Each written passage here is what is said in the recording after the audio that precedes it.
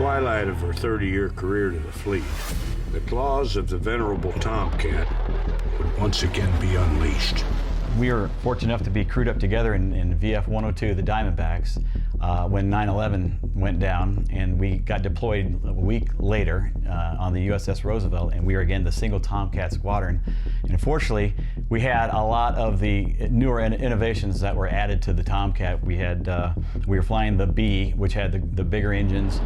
We had some enhanced raw gear, went bigger and better. We had the Lantern FLIR pod, which was an excellent pod that allowed us to do some air-to-ground delivery. We can carry every kind of weapon, and we even were able to carry JDAM, but we mostly carry precision-guided bombs for our deployment. Had some extraordinary missions there early on with very few friendlies on the ground. We had a pretty liberal rules of engagement where if we saw contact with the enemy, we were pretty much cleared to engage them, which led to some really interesting missions.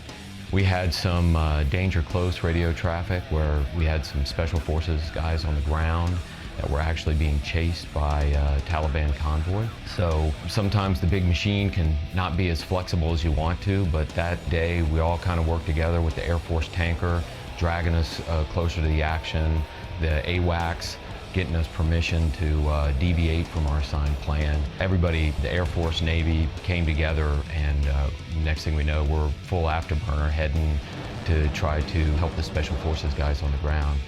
When we got there, it was convoluted because even though the rules of engagement were liberal, you still have to get a positive ID on the combatant versus the friendlies. And there, it was such a dynamic situation that we couldn't tell who was who. I mean, we assumed that the person being chased out front from our perspective was the Special Forces. However, we couldn't, they were pretty busy, and we couldn't get radio contact with them. Finally, when they got a spare moment, they radioed up, gave us positive identification on who they were and where the combatants were, and then our entire job was to stop the convoy.